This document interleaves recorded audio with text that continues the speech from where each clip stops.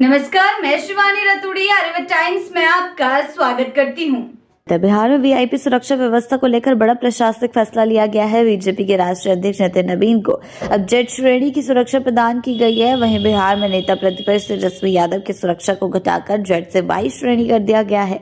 BJP के प्रदेश अध्यक्ष संजय सरावगी को जेड श्रेणी की सुरक्षा मिली है। वहीं केंद्रीय मंत्री और जेडीयू से सांसद लल्लन सिंह, स्वास्थ्य मंत्री और बीजेपी नेता मंगल पांडे को जेड श्रेणी की सुरक्षा उपलब्ध कराई गई है। इसके अलावा बिहार कांग्रेस के पूर्व अध्यक्ष और एमएलसी मदन मोहन झा, बिहार कांग्रेस के प्रदेश अध्यक्ष राजेश कुमार, आरजेडी राष्ट्रीय उपाध्यक्ष और विधानसभा पूर्व स्पीकर उदय नारायण चौधरी की वाई श्रेणी की सुरक्षा भी पूरी तरह हटा ली गई है।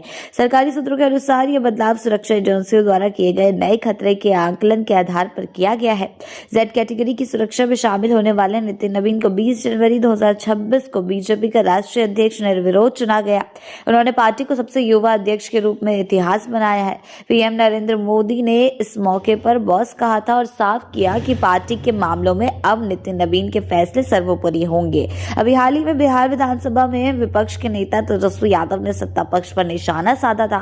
जी हां, चुनाव में लोग हारा और तंत्र जीता। उन्होंने लोग जनतंत्र को धनतंत्र और मशीन तंत्र बना दिया है और इस तरीके के जवाब तेजस्वी यादव ने दिए। छल कपट, प्रपंच और मशीनरी से प्राप्त जनादेश को जनता कितना स्वीकार कर रही है, ये भी सभी जानते हैं। बिहार में विधानसभा चुनाव 2025 और सरकार के गठन के कुछ ही महीने बाद कई बड़े नेताओं की सुरक्षा में बदलाव को सियासी हलकों में अहम माना जा रहा है।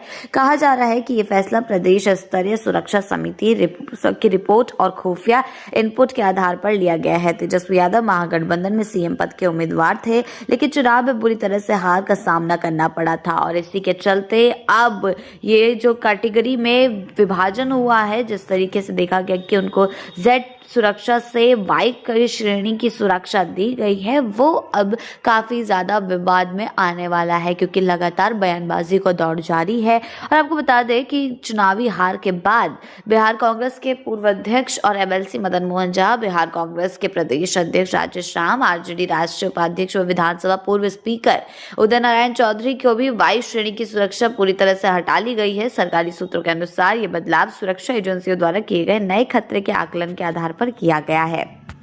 यानी कि कुल मिलाकर सरकार अपना काम कर रही है और इसको लेकर किसी को भी दिक्कत परेशानी नहीं होनी चाहिए। हालांकि विपक्ष हमेशा सरकार को सवालों के घेरे में खड़ा करता है, लेकिन ये देखने वाली बात होगी क्या इस बात को भी वो मुद्दा बनाने की कोशिश करेगा, क्योंकि ये सरकारी नियमों के तहत ही किया जा रहा है और जिस किसी को भी ज्यादा सुरक्षा की जरूरत है उसे ज्यादा ही सुरक्षा दी जाती है।